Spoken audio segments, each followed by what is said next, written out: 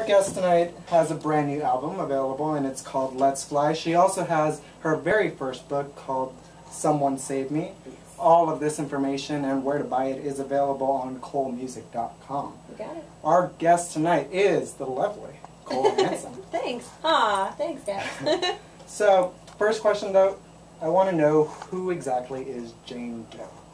Okay, well, I mean, that's asking, I think everyone knows who Jane Doe is not. And Jane Doe is basically everyone that is not identified. It's the female version of a John Doe.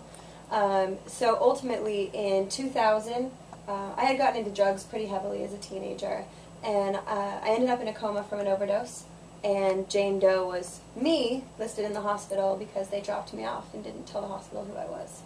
And you said that you did heavy drugs. What kind of drugs were you into back then? You know, it was more what didn't I do? Aside from shooting up heroin, I did everything else. So, and that was just a thankfully horrifying experience that makes it where I'm scared of needles. What exactly was it that led you into that coma position? Like, what drug was it? That one was GHB.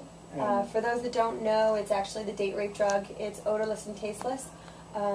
With the crowd that I ran with and with me, that actually wasn't, that was a pretty common drug to use anyway, because that would bring you down after being awake for a few days or even one day and shut your body down. So it wasn't, in my instance, used in that way. And was the Red Line energy drink involved in some way? Well, no, it was Red Bull was my... Red Bull. Yeah. Red Bull. Sorry, I was thinking Red Line. But, and so I think I read that your side effects were 2 hours of throwing up in the restroom. It was something. I mean, everything is kind of more or less hearsay, just because I was unconscious. So I can't really account for all of the time that I was blacked out. I know that it started with vomiting, which is really common, or most common, because your body's trying to get rid of the toxins in it. I'm not, 100% on time. It's just kind of what I was told about myself. Were you also told that you flatlined while you were in the emergency room? Well, that you have on medical records, so I did flatline twice, and because basically what had happened is anytime they would get me stabilized and my heart going again, then it would stop. Because with something like GHB, there's nothing to counteract it. It's not like other drugs where there's something they can do to kind of counteract the effects of it. Because the way your body absorbs it, there's no taking any of it back.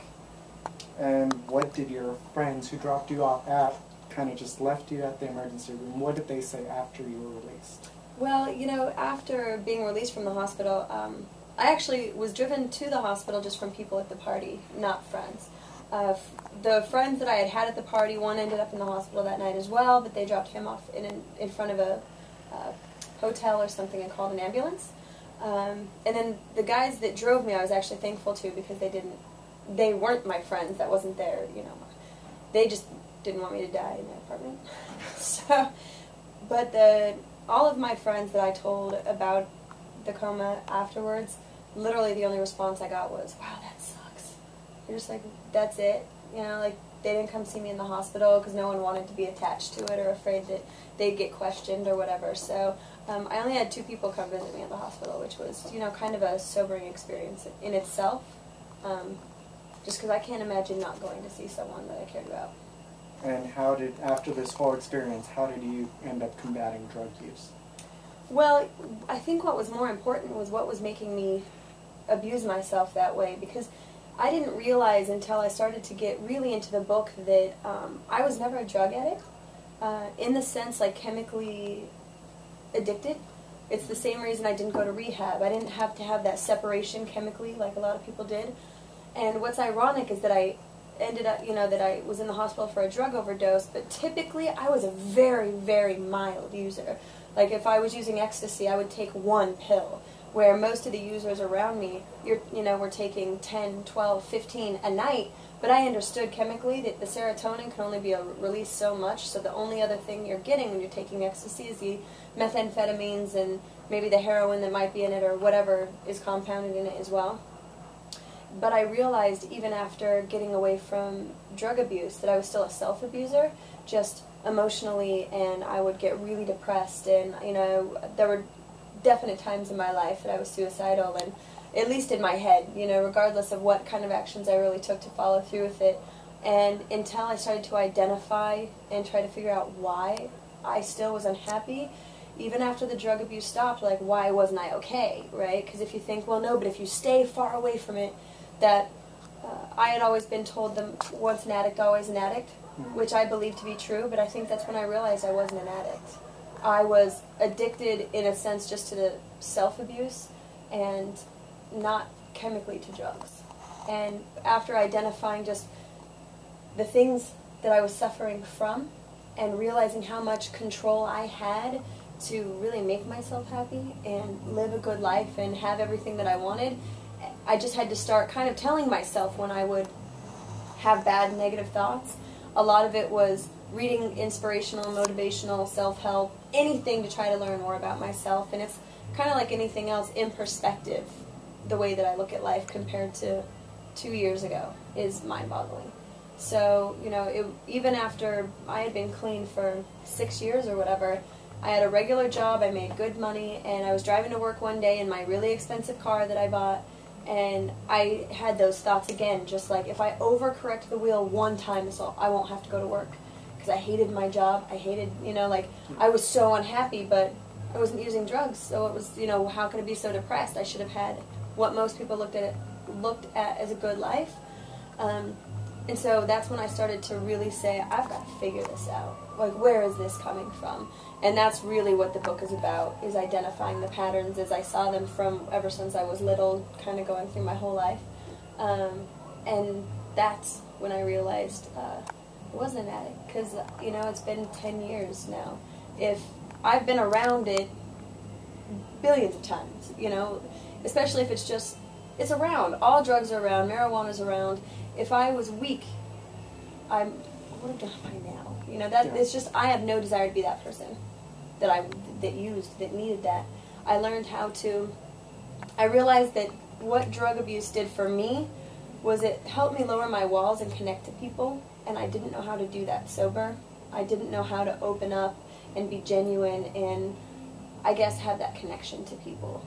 But when I was high, then I had the opportunity to talk to people, the struggles that they had been through, and we could connect to that. So we were wounded people finding each other, and I realized that's what music does for me now. I write music, I put my heart out there, I connect to people through music, through my book. You know, everyone knows my story after they read it. So then there's no secrets, there's no, you know, it's all out there. But then people come up and they do that, they connect to me, and I open up in return because I see that they understand. And so having that connection with people, it's like I just had to figure out what I was missing and what drugs fulfilled for me, and how can I do that in a positive way. And so that's what music is doing for me. That's what the book is doing for me, is replacing that need, but in a positive way. And your book is a fascinating read. I already started reading the book. It was one of those books that you kind of want to keep turning the page, even though it's reading it online. Yeah. But it is a fascinating book, and that's just the first few chapters of it. I kept it pretty short and to the point, and what's interesting is the first edition that I released, because it's going to be on Kindle probably this week, and Amazon. I went through it again, and there's misspellings, and there's this, because I self-published it, you know. Yeah. I don't have a degree in English by any stretch, but I realized, too, that right now it was more important for me to get the story out, you know, because people that need to hear it aren't going to see that anyway, and I think for a lot of people, we're always so afraid of being judged by our work that we don't put it out, but the people that will judge me, you know, or say that there's a problem with it grammatically, are not who I'm reaching out to anyway. The people that need it will get it. That, you know, it doesn't matter. So I just decided to release it, and then every edition just put out a better, you know, a better version with the mistakes. And yes. Exactly, because I'm only selling them like 150 at a time. So that's not that many to be distributed. And honestly, for my friends that know me, they wanted the original one with the mistakes, because that was it also makes it, for some people you can easily relate to it, because not everyone's going to be a perfect writer or anything like that. Well, and then it just goes to show sometimes all you do is move forward and things get better. So that's kind of what I'm doing with the book. And going on with your life journey, at 18, am I correct in saying that you were Miss Teen USA Utah? Yeah, so the term is Miss Utah Teen, or Miss Teen Utah USA, So I did Miss Teen USA in 2000. And, you know, had a great time, and I just used it kind of as a catalyst to, I guess, get people to listen. And you also were able to run the Olympic torch. I did, yep. And then after that, you went on to New York, where you were signed on to a record deal while you were bartending. Yeah, so I got signed, it's a management deal. There was a lot of different deals back then. I got signed to a management deal, so I packed up, moved to New York City. Needed to make money, and then you can be a bartender at 18. I started bartending at 19. Made great money, got dropped from my management company, and decided that, you know, I'm just going to stay in New York for a while. And after it didn't work, then I decided to pack up and go back to Utah. Tried that for a while, and now I'm in Austin, Texas. In Utah, you worked at a T-Mobile store. I did. And there was a specific experience that was noteworthy. Well, I feel like anytime you throw something out into the universe, it happens.